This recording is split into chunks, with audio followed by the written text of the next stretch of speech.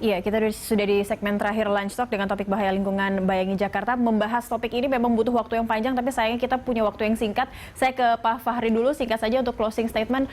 Kita tidak mau ini hanya menjadi informasi saja, begitu kita panik di awal, hanya reaktif, tapi ada aksi yang nyata sebenarnya.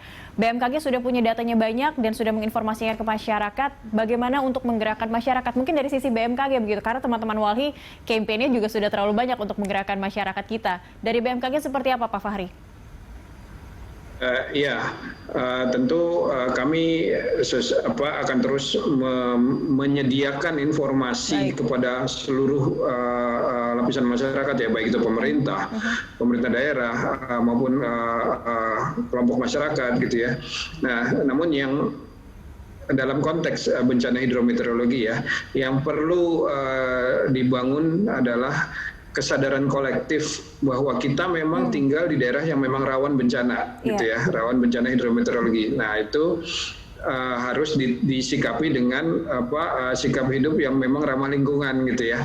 Nah, informasi ada dari BMKG tersedia, gunakan itu sebagai referensi, gitu ya, dalam melakukan aktivitas baik itu yang sifatnya jangka pendek maupun apalagi jangka panjang, gitu ya. Nah, jadi informasi kami bisa dijadikan acuan atau referensi dalam melakukan aktivitas dan perencanaan kegiatan, gitu ya.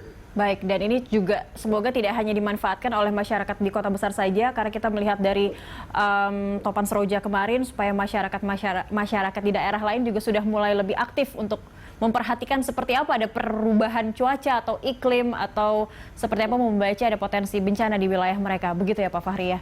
Baik, dan Mas Wahyu, ini Java Collapse nampaknya tidak hanya sekedar dongeng, kita sebenarnya juga harus mulai bersiap, semoga tidak terjadi, tapi usaha kita ini supaya tadi teman-teman seperti BMKG dan yang lainnya yang memiliki data yang komplit ini betul-betul diajak dan kita betul-betul bergerak. Teman-teman Walhi masih punya amunisi apa lagi supaya kita sama-sama bisa menghindari bahaya lingkungan yang membayangi Indonesia ini, khususnya Jakarta? Pertama, dalam konteks saat ini, buat kami yang harus didorong ialah regulasi perlindungannya minimal saja dikembalikan seperti sebelumnya. Dalam konteks rame-rame soal Mapelcroft ini, semoga dugaan kami salah. Tapi kebetulan lembaga konsultan ini kan juga konsultan investor. Atau kalau kita melihat jenis services mereka, kan ada country intelligence risk, ada kemudian commodity risk. Yang menarik sebenarnya mereka punya satu service khusus, institutional investor risk. Padahal hasil indikator di bawahnya lingkungan. Dalam konteks sekarang yang menarik sebenarnya investor saat ini itu justru bicara soal perlindungan lingkungan.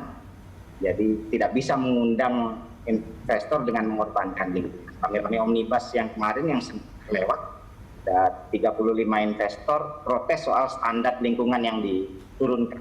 Dan itu besar-besar, masuk Sumitomo.